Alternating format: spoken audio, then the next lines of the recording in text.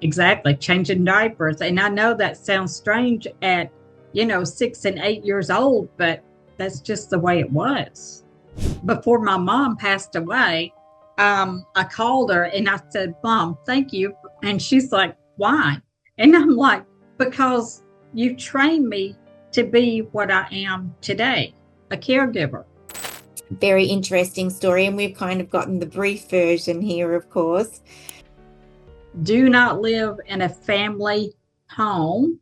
Hello, and welcome back to the Your Money Habit podcast, where we're going to be having real conversations that unlock the hidden beliefs keeping you stuck, causing stress, and holding you back financially.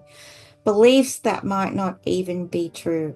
So, most of us have learnt to keep these thoughts buried, not realizing that so many others are silently struggling with the same fears and doubts. So, here we're going to uncover those beliefs and shine a light on mindsets that lead to true freedom and peace around money. And today we have our guest Janine with us. There we go. Hi, Janine. How So, are you? what we're going to do is we're just going to have like a real conversation about your experiences. Now, your experiences are quite a bit different than most people's in that you have actually lost your husband. So that has put you on a different type of journey than a lot of people who are either in relationships or divorced and that kind of thing. So, yeah, your journey is a little bit different than that. So we're going to start first, if it's okay with you, with talking about your childhood. So when you were growing up. And I believe Mhm. that you said that your mum was sick a lot Yes, and that yes. kind of had an impact on you. Right. She had epilepsy ever since she was 7 years old. So I, my sister says, you were born old. And me, meaning that I never really had a childhood because I always had to, help wash the dishes, help make the beds. And, because she was sick a lot. And it was not her fault, but it was just the fact. And then when the babies came along, like my two sisters and my brother, um, I'm 14 years older than my brother. So I So you are helped. the oldest child. I am the oldest child. So there was Yes. that a lot of responsibility on you to help the day-to-day running of the household. Right, right, right. Exactly. Changing diapers. And I know that sounds strange at, 6 and 8 years old, but that's just the way it was. Well, I guess that's what they needed you to do, but did that have an impact on your schooling? Yes, it did have an impact because in our household, it wasn't so much studying and getting your schoolwork done as to what let's fix supper and let's wash dishes and you know clean the house and things like this. So that was more of a priority. Exactly, exactly. And do you feel that I guess that interruption to your education has um, played a part in your sort of job choices and your financial life? Oh, definitely, definitely. In fact, before my mom passed away, I called her and I said, Mom, thank you. And she's like, why? And I'm like, because you trained me to be what I am today, a caregiver. Hey there, just popping in quickly to give you a message from our sponsor for today. That would be me. I wanted to let you know about the Peace with Money course, which I created with a rapid change mindset expert, which we affectionately call the Doctor of Self Worth. A course where people can understand what's blocking them in terms of money. And because we really want everyone to be able to access it, we have a special offer. If you complete the survey that you can see here on the screen, you'll get 85% off plus $400 worth of bonuses. We would love you to have access to this course. Then let us know how you went with it and what we can do to support you after you complete it. And now back to the episode. And that's the way yeah. We call it street smart. Well, street smart is important, though. I'll definitely give you that. Oh, definitely. Yeah. I'm a survivor, that's for sure. So do you feel that then in the situation that you grew up with, that there were certain money beliefs that you had or, you know, ideas about or expectations of what your financial life would look like or what money is?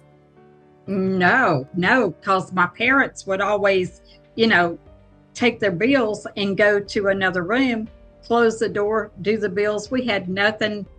We had no idea how to pay bills or rent or anything. So you had no sort of financial education from them. They kind of took that and hid it somewhere. Exactly. And what did you guys think of that as children? Yeah, well, we really didn't know what to think because we didn't know any different. If you grew up like that, you just didn't know any different. So what would you say is your first experiences then with money? Did you have like little like paying jobs when you were a teenager or anything like that? Well, now I did. I went to work when I was 16 at Kmart, and I would, bring home my money, and I would have some gas money, but Dad would always put money back. We would put money in like a little bank for just like Christmas money or whatever, and then the rest he would put into the cedar chest. It was just like a little chest, and we would keep it. Now, when I say I only made like what, $1.15 an hour, whatever, this was many years ago. I mean, I'm 64, so I was 16 then. Yeah. So you when kind of come home and then bring the money and they'd give you a bit of like fuel money and then that was it. They kind of put the rest aside. Exactly. So did you have the idea that your family was well off, comfortable, not well off? Was there any sort of feeling? We never really wanted for anything. I mean, we always had food on the table. The lights were always on. We always had heat. I mean, yeah. So not too bad, not too uncomfortable when it came to the finances. Not living with mom and dad. Not living with mom and dad. But then things changed, right? Oh, yeah. Things changed when I got married. So do you want to talk us through that? Like what you kind of noticed changed when you did get married? Yes. Well, you move from your mom and dad's house to my husband's mom and dad. David was in the Army, so I lived with them for a while. And it was just like his dad, I hate to say he was an alcoholic, but he was an alcoholic. And if I would come home from work and his car was home, I knew he had either gotten fired or quit. I mean, there were several times that we didn't have gas because he didn't like heat, because he didn't pay the heating bill. Or this was your father-in-law? Yes. Yes. Yeah.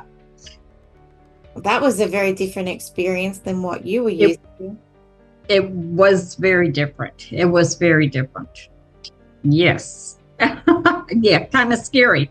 That's pretty scary.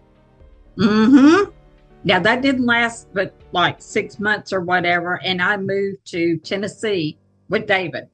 He's like, you're coming up here with me. So, but then we weren't really money smart either, because of his background and my background, we were just like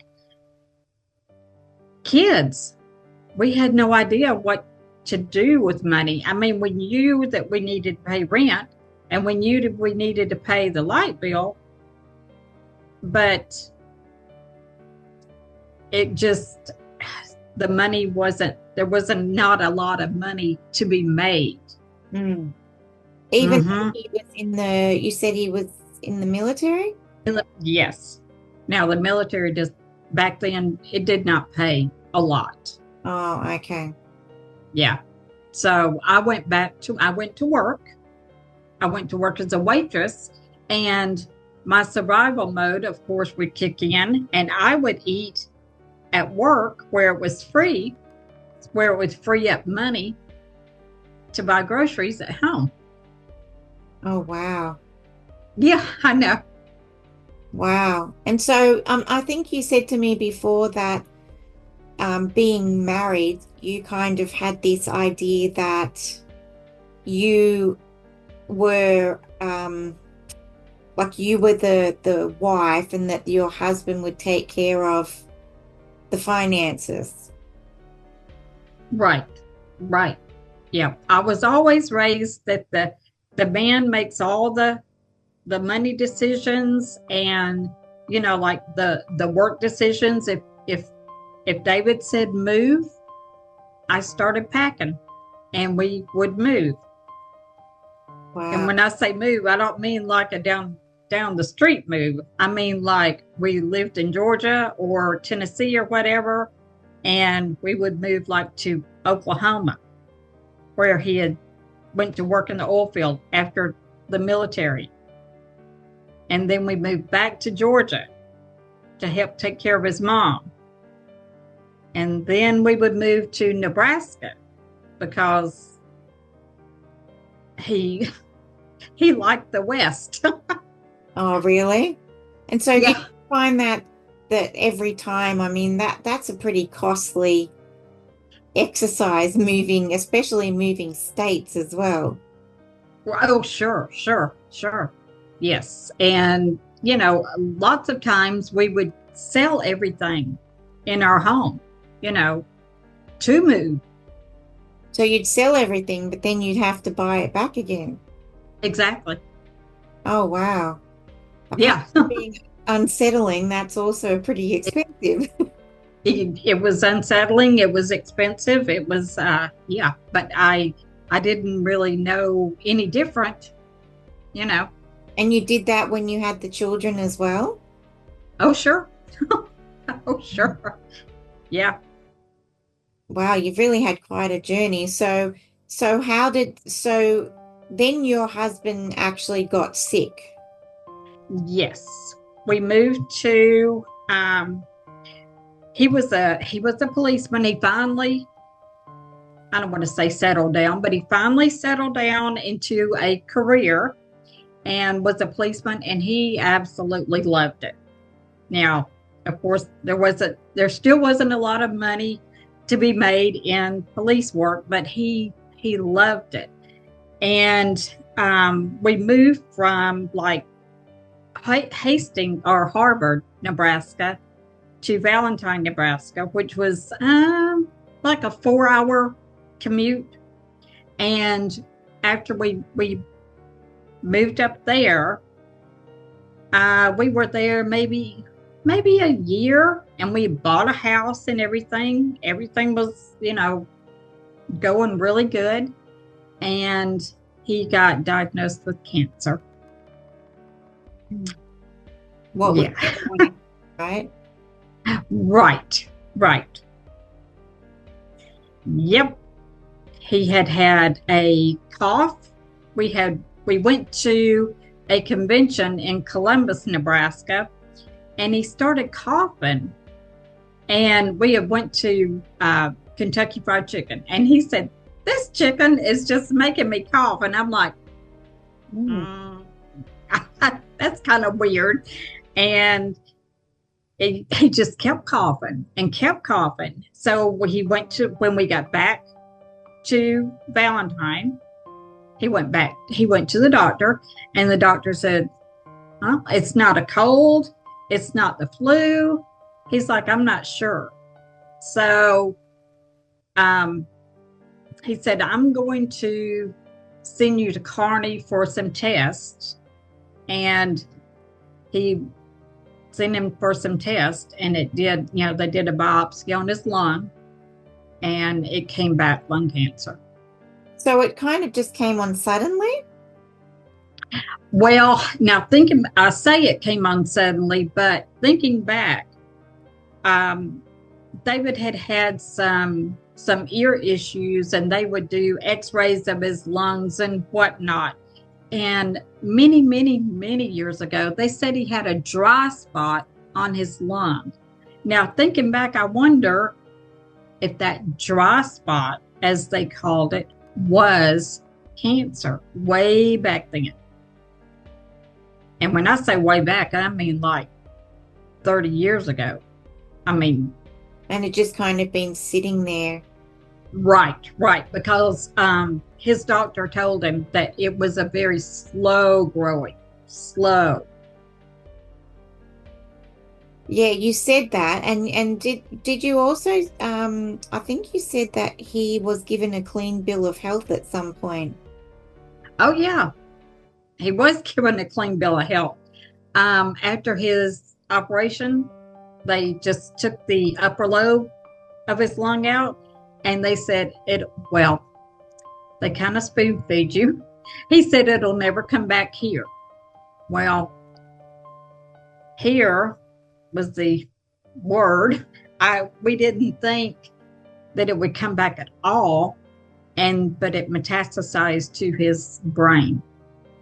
Oh my goodness. So at this point now you've got I'm guessing because I mean you're obviously in America and I'm in Australia, and so our medical system works quite differently. So did this also then put financial strain on you, or was everything okay with health insurance and things? No, well, no, it was very hard. Um, we were in Nebraska, of course, when he got diagnosed and everything, and they did not take they did a exploratory surgery in Nebraska to see where the cancer was, and it had grown up into his shoulder blade and everything. So they just closed him back up. They said, we're going to do chemo and radiation for life expectancy right now. And so that's what they did. And we decided after they did that, we were going to move back home in case anything was to happen to him, that I would be around family and friends, that I grew up with, which is, right here. To Georgia. Exactly. So we moved back to Georgia, and we got a hold to a hospital here and a doctor, and they just went in and took the upper lobe of his lung out. And that's when they said it will not come back here. And it didn't, but 6 months later, he had got a headache. I mean, like a severe headache, really, really bad. And then he had always gone to see his brother in Alabama, which is only like 40 miles away. And he came in and he said, he handed me his keys. Now, he had been driving, he would drive, I would drive, whatever, and I said, what are you doing? And he said, I'm not driving anymore. He said, I lost my way to my brother's. He said, I found it.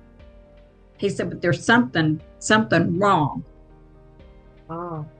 So this So was we went. months later after he was told that Was couldn't come correct. Back. Right. And we did go back to the doctor, and they found 2 tumors, and they took a tumor off the front and a tumor off the back. Yeah. Oh no. And so sorry to ask you this, but how much until he passed away from that point? Oh, now it was okay. So he was diagnosed with cancer in May of 2010. We moved back here November of 2010, and it was operated on right away. I said 2010, 2006. And he did not pass away until 2011. So we were granted 5 years. 5 years. Yeah. And you said Yeah. that you'd also purchased a house. Oh, yeah. So The during house. this point, you thought everything was going to be okay, and then you'd purchased a house. This was before the diagnosis of cancer, and he was just working. I was working. We were just paying our bills like anybody else. And after the cancer diagnosis, our banker said, because we kept them in the loop. I mean, it was a small town, so they knew, and he was a policeman, so they knew. You really need to put this house on the market. So we did, and we couldn't even give it away. And I don't want to say give it away, but nobody would take it, because I think in their heart of hearts that they knew eventually that we would move back to Georgia and they could get it on the tax auction, because we couldn't pay for it. They gave David a ultimatum at the police department: either you can come back to work or you can draw your Social Security. And he couldn't really come back to work. So that really changed everything for you pretty drastically. It did.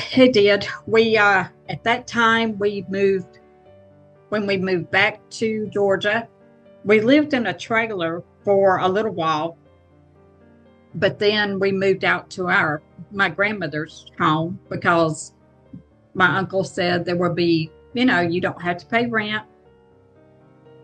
Everything will be okay. You just take care of it, and you can live here for rent free. And that's where David passed away at, was in our home there. And everything went good there until my uncle decided now David's already gone. So this was like 2011, and maybe 3 or 4 months after that, my uncle decides he's going to retire. Well, he said, I have to make up the money from working, so I'm going to have to charge you rent at $600 a month. And I'm like, oh. Well, I wasn't drawing David's Social Security, and I was working. I was caregiving. So I wasn't who were you looking after at that point? I was looking at taking care of Austin. Oh, yeah. Okay. All right. Yeah. Yeah. And so what happened so your husband passes away, and I'm guessing he had the bigger income at the time, and then you had like lower paid jobs. Correct. So now you were kind of reliant on his income as well. Exactly. Now you're at this point where, hang on a second, it's all on me. Yes. And I thought I was good, because he had his, he didn't have a lot of insurance money. If he had gotten, I hate to say if he'd have gotten killed on the job, I probably would have been set for life. But when his job went, so did his insurance. Now, they did let us keep $20,000 insurance. Now, we paid for that every month, of course. But I was not very smart with that money either. Oh dear. Are you willing to share kind of what happened with it? Sure. at the same time, my son that was living in Georgia um, was not financially stable, and he had gotten behind on his bills. And the deal was, Mom, since Dad is gone, you're not going to be getting any tax money left, because you won't have anything to tax. And I will pay you so much money until we get this paid off. So I lent him over half of the insurance money. Actually, I didn't lend it to him. We went to each individual place and I paid it off. And one of the creditors said, "Son, do you know how blessed you are?" And he's like, "Yeah, I do."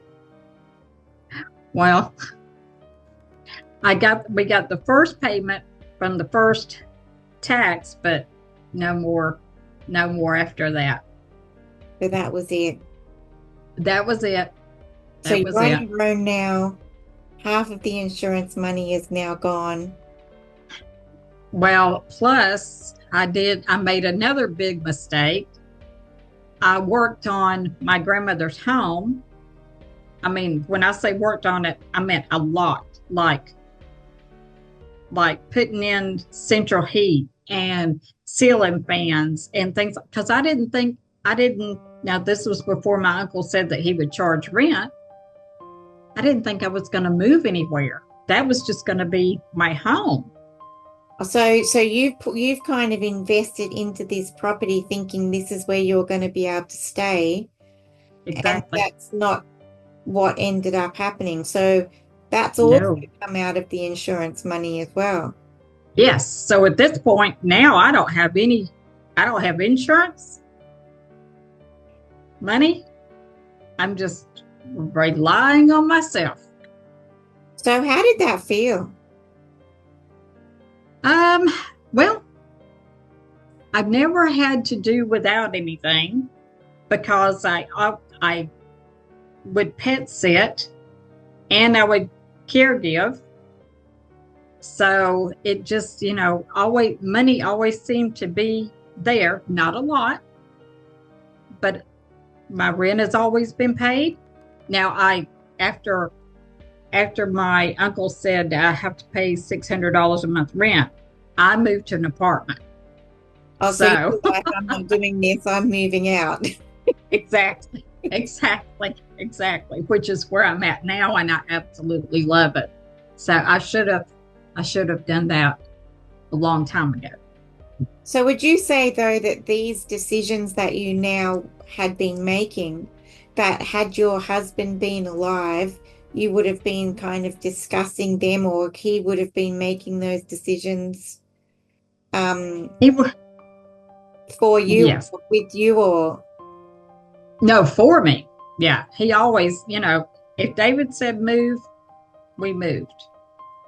I was always raised where the man was the man of the house and you did what he said. Now, I know this is very old school, but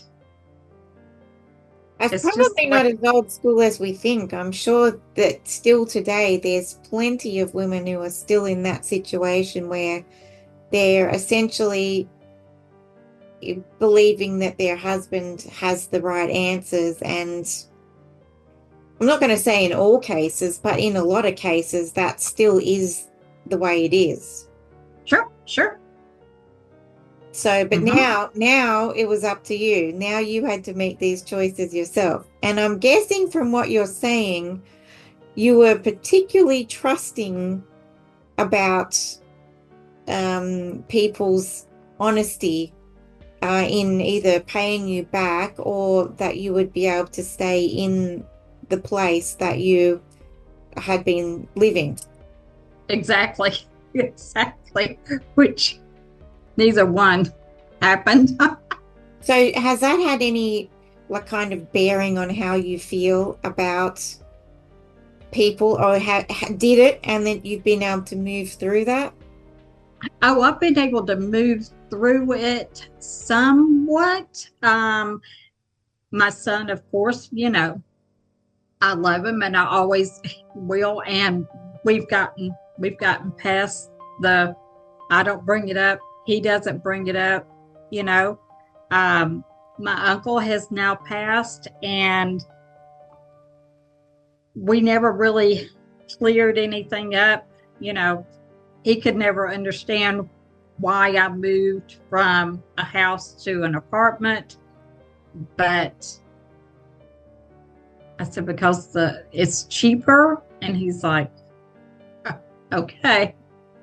Oh, so I never really thought about what you said. So he was retiring and then he was going to charge you rent and then he was going to be reliant on that rent money that he was going to charge you. Exactly, exactly. He was gonna make up. He needed to. He didn't need to. He made really good money, but he said he wanted to make up the money that he was making at work because when you retire, you don't get all Mm. the money that you're making work. Yeah. So, So his plan was then he would charge you the rent and you were like, I think I better move out. mhm. Exactly, exactly. Well, I couldn't have paid at then. I couldn't have paid $600 a month rent if I wanted to Mm. because you're you're paying rent. You're uh, you had to pay for the trash being taken off, and the electricity bill was high. The gas bill, like we had, uh, like fuel for the gas, uh, cable. You had to have, your internet, and then out there, you still had to have a landline because you couldn't get cell phone service. Ah, Yeah. all of those So when I moved, still had to be paid for. right, right. So when I moved to town, because that was out in the country. When I moved to an apartment, there was the rent and it's total electric. So you're paying your electric bill and you have internet and I mean, you have your cell phone bill, but that's it. So it was actually that's interesting. You would normally think that living in the country would be cheaper than in the city, but not in this case. Not in this case. See, Nope. it's interesting that again, there's that perception, like we have these perceptions of how things should be, and they're not actually that way in reality. Yeah, because um, with my apartment, there's a what we call a dumpster, when they come and, it's just in with the rent. The water bill is in with the rent. You just pay. No, we don't have that happen here very much. We pay the rent and then everything else gets on top of that for the month. Oh, Yeah, so I guess there's some people who probably have some sort of, maybe they're living in a granny flat or something and those things are included. But yeah, mostly it's on top of that as well. So, mm, mm. so it's Yeah. Now, some places may be, you yeah. know, some places, but I happen to live in a place where they're very, I have great landlords and they do pay for the garbage pickup and the water. Oh, well, you found a nice spot then. Yes, yes, and I love it. I Well, that's love good. it. That's good. It's all turned out all right in the end. Right, that's right. And I love coming home from work and the grass be cut, and it just Definitely. yeah. I tried mowing once about 25 years ago for 5 minutes. That was as much as I could take. Oh, yeah, So yeah, yeah, definitely not none of that for me. So tell yeah. me, on your way, at some point you decided to take control of, obviously you found yourself in this situation, but now you said, I better take control of my financial future here. Was there a specific time that you realized that you needed to learn more about managing money or the way that you felt about it? I knew it all the time in the back of my mind. And at our church one time we had a Dave Ramsey. Have you ever heard of Yeah, Dave yeah, Ramsey? yeah, yeah. Okay. I took a course and So after I took that course, um, it just, it opened my eyes to, paying bills and everything. And oh, I skipped one big part. I didn't even tell you about the bankruptcy with the house in Nebraska. Oh, Oh, yeah, that was we did the one that you have to pay back because David was still alive. And I told her, I said, he's passing away. And she's like, I said, we can't do, what is it, chapter 13, where you wipe everything clean. And she said, no, because he is still alive and you don't really know if he's going to pass or not. And I'm like, yeah, kind of we knew at kind of that know point, that. right? Yeah. Well, we kind of knew at that point because at that time he had had a couple of brain operations, and they're like, it he won't last. And I'm like, oh, I mean, yeah, we came to terms with it and everything, and we were good with it. And so I said, what happens when he does pass? Then what do I do? So we're paying this bankruptcy back. They're paying all the little bills and everything. And he does pass. And she says, you'll have to come back and file again, Oh, and then we'll wipe everything clean. So I had two bankruptcies on my record for 10 years. so you lost the house, and then you had a bankruptcy to pay off, and then you had another one that you had to do as well. Mm-hmm. So, so I'm guessing, even though I guess sometimes people think with bankruptcy that means that that's it, you're free and clear, right? But that's not exactly how it works. There's still No. like a payment plan that needs to be done, right? Well, the first one, when he was alive, there was a payment plan that had to be done. Mm-hmm. But then after he passed, because there was no money from him, and I wasn't making, I was barely, I mean, I was making like $8.50 an hour. Yeah, yeah. I was at Dollar General at that time doing retail because they worked with my hours with me, having to take David, to chemo and to radiation, and you know, there was lots of stuff that had to be done during those 5 years. Yeah. But after he passed, I went back to caregiving, which still didn't pay a lot of money. I can't even imagine what that must be like. Like just, I guess this is one of the things like that life just keeps moving on, but bills never stop coming. Even Mm, got these major life challenges. right, right. And because I did have low rent, and I was told that, well, you probably need to, in case you need to buy a car or whatever, you need to build up your credit because you don't have any credit now. And they will let you get credit cards or whatever, even after you file bankruptcy, because everything is wiped clean, but you do have a high interest bill.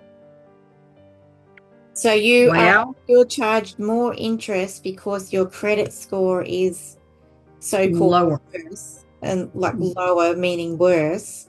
And so you Yes, get charged more interest on those products. exactly.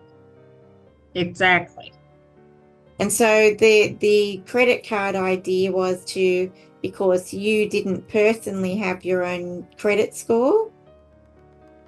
Right. Well, I mean, yeah. I didn't really have my own personal credit score at that time.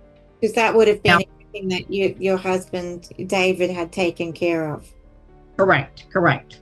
So now you've got to kind of become independent and develop your own credit score and ability to, borrow and things like that. Exactly. I will never forget when I went to go get my car that I have. He said, "Ma'am, your credit score." It was like 350. And I said, "You know what?" I said, "You try to find somebody that will lend me the money. I promise I will pay this money. You go work on."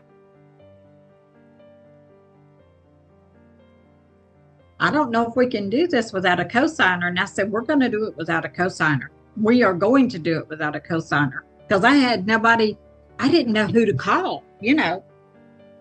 So, I mean, I could have called my daughter, but I didn't want to. I mean, you don't want to borrow money from your daughter.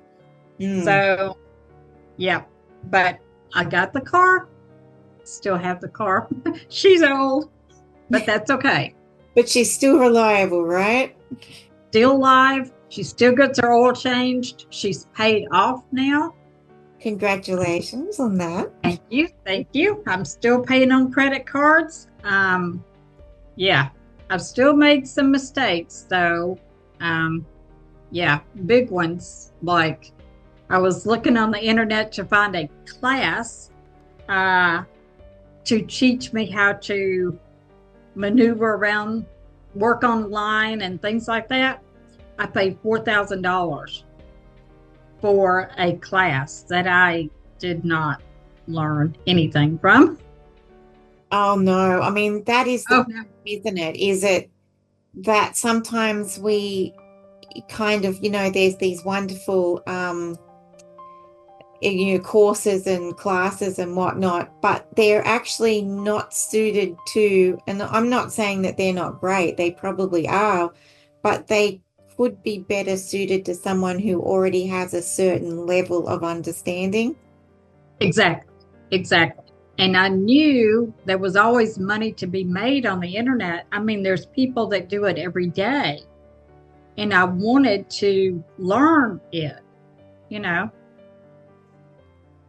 So we're going to but come to that in a minute. I just want to ask you, firstly, your credit score.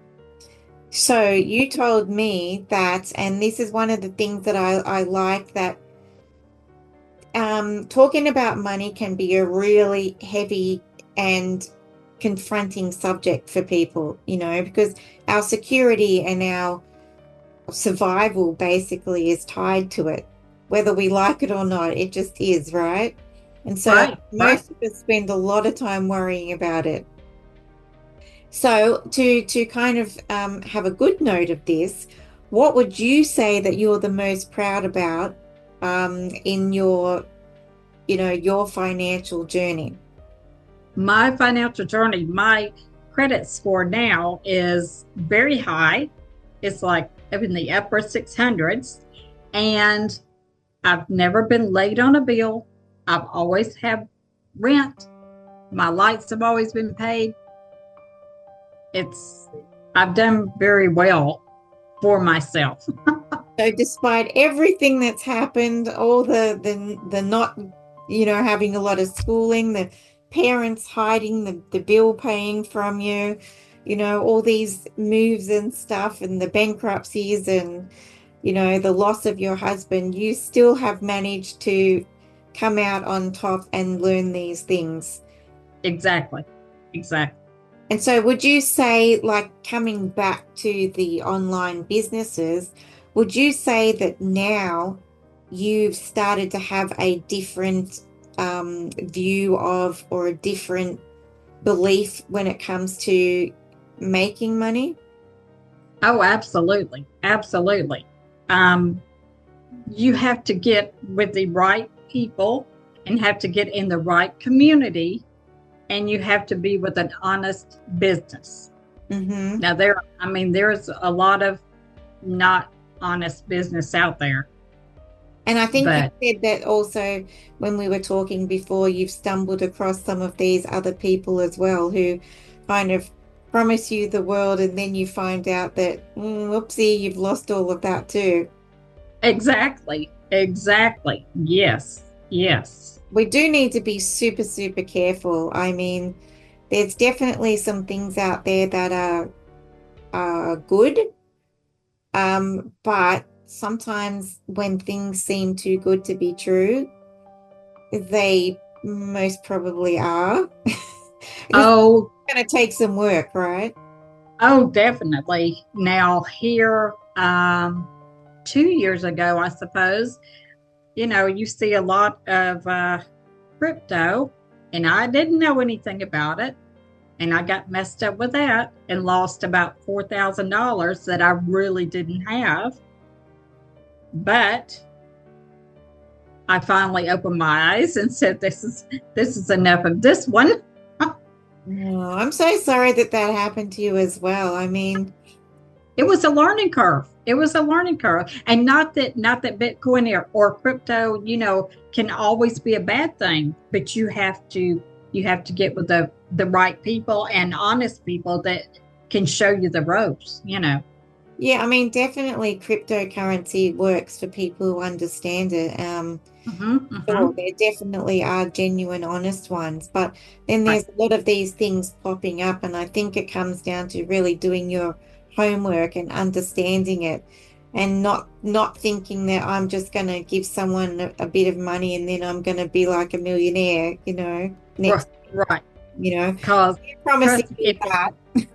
yeah, if it sounds too good to be true, it is. Yeah. Always rely on your gut. Always rely on your gut. But and unfortunately, that means that even when somebody does offer us an opportunity of a true, genuine company, that we can overlook that because we've a bit jaded and we've been, you know, tricked or swindled or whatever too many times, or we just don't trust our judgment anymore. Sure, sure, exactly. So, but you've definitely gone, it's okay. I'm in my 60s, but I'm still going to learn this. Somebody offered you the opportunity to start learning to make money online. Yes. And I mean, did you know much about computers or how that kind of process worked?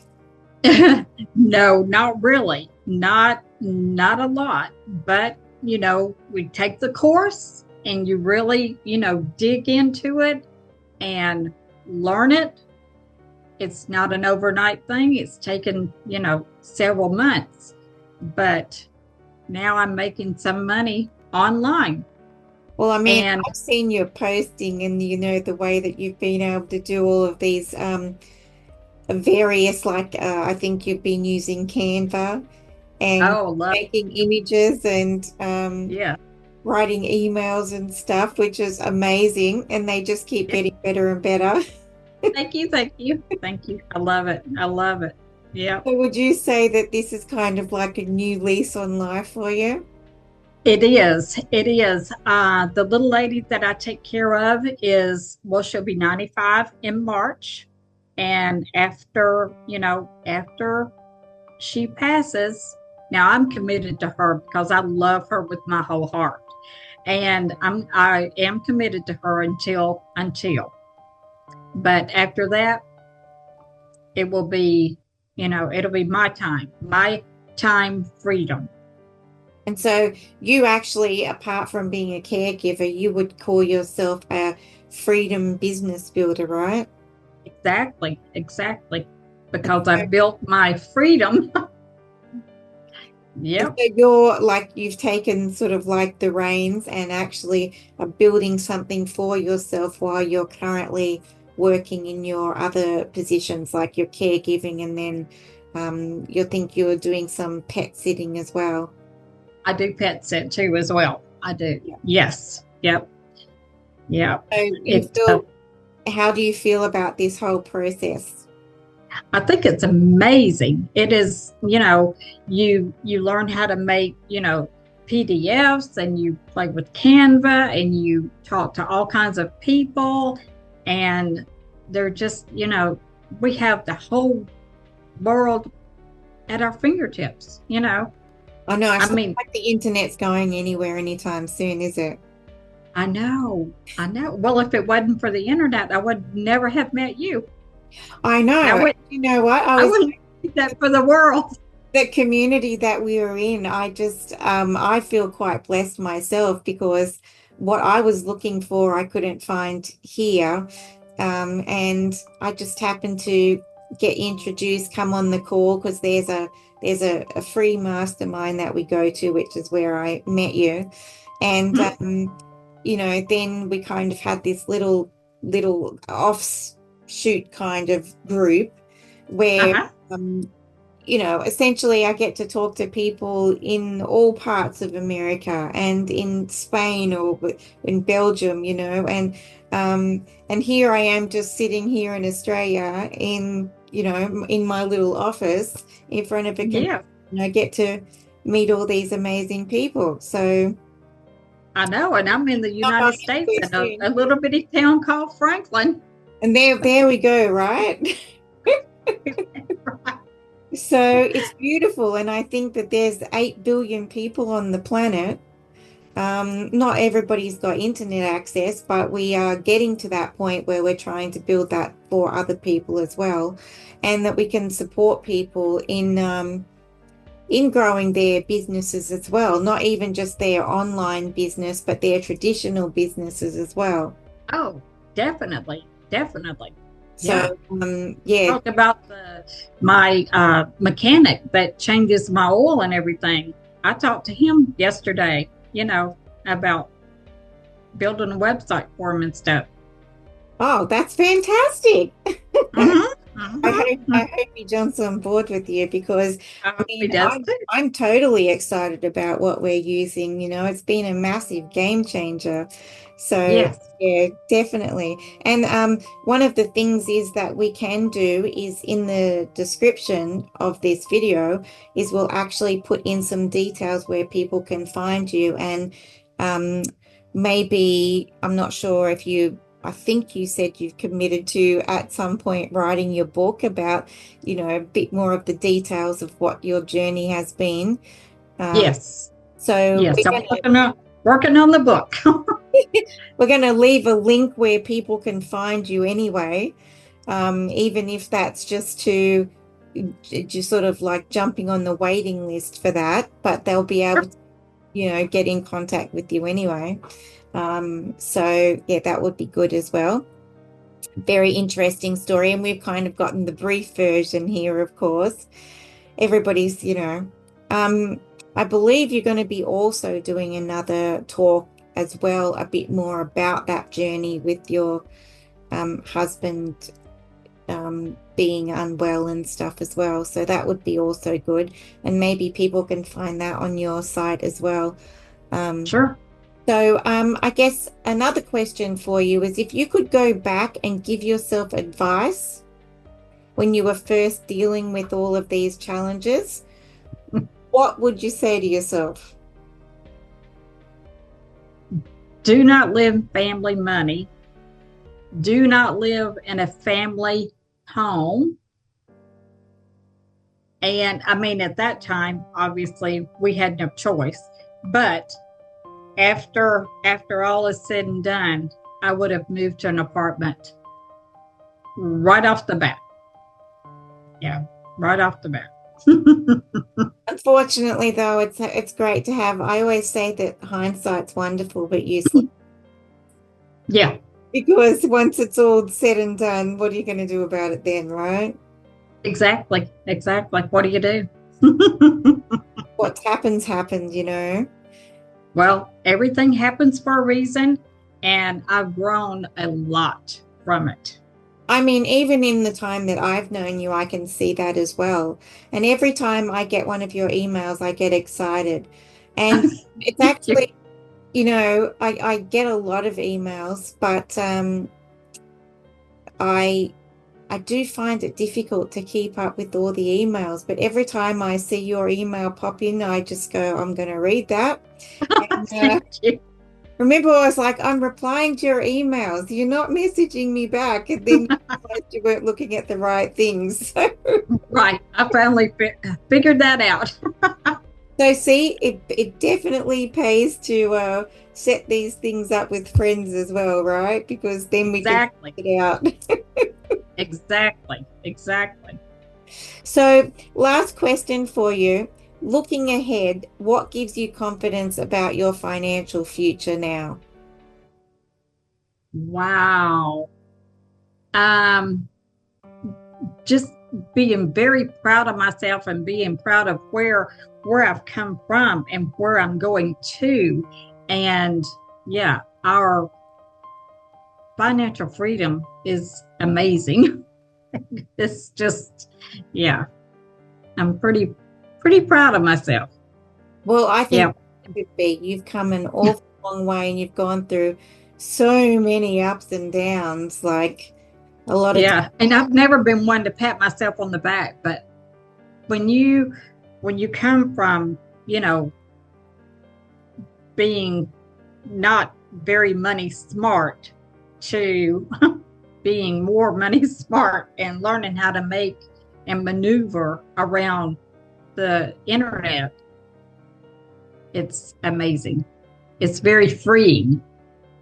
and the world's your oyster at that point, isn't it? Exactly.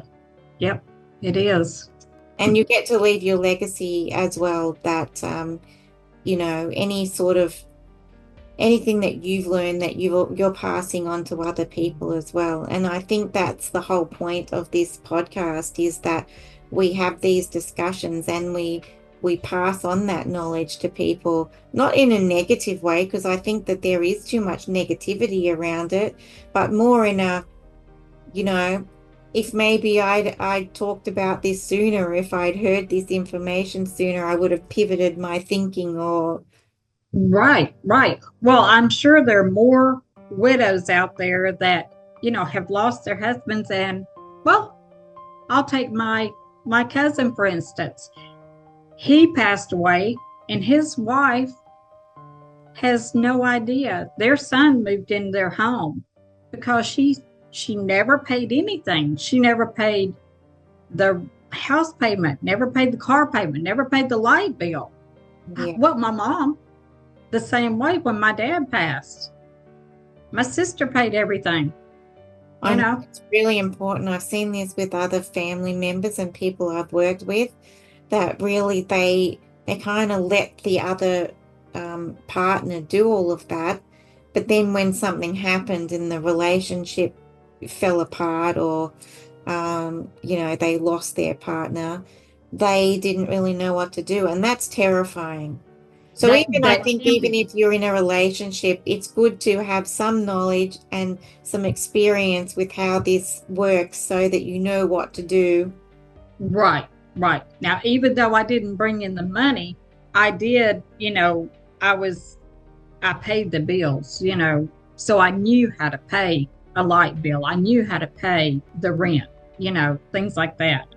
That's But one step ahead because there are people who don't even know how to do that. They don't right, even know who the energy was with, like which company that was with. exactly, exactly. So, and nowadays, if it's going to go straight to your email and not even come in the mail, so Hmm. this is why we have to have these conversations when we're in relationships because, we kind of need to know what's going on. You don't want to hope for the worst, right? You don't want things to go sour, but you do need to be prepared at some level. Sure, So, sure. so you definitely, unfortunately, had to work through all of that by yourself, but you've done it. So definitely you should give yourself a good pat in the back there. Yes, ma'am. Doing all of this. So I totally appreciate your, candor in this topic because it isn't easy for people to talk about. Um, but you've done a fantastic job, and I'm sure that people are going to learn from what you've said as well. And also they're going to be able to find you as well. So they can hop over and learn a bit more about you and the things that you're learning. That's right. That's right. Absolutely. Absolutely. I Well, appreciate you very much. Thank you. Thank you. Well, thank you as well. I appreciate it too. And I'm so glad that I met you. And I'm hoping to meet you this year in person. Like, That's right. That's right. so Yep. We will be in Arizona. that's right. So I'm looking forward to it. It'll be fantastic to see all these people, that you met online and actually get to meet them in real life. It is you can't even put words to it. It's so amazing. I had such a good time this year in Dallas. It was amazing. Well, I need a buddy to take care of me in America anyway, so Right. That's right. that's what I need. So you'll have to just, hold me by the hand and take care of me. Exactly. Exactly. Well, again, thank you. And yep, I look forward to seeing all the wonderful things that you're going to do from here on out. Thank you. I appreciate it. All right. Well, we'll talk soon. Okay. All right. Love you. Okay, bye.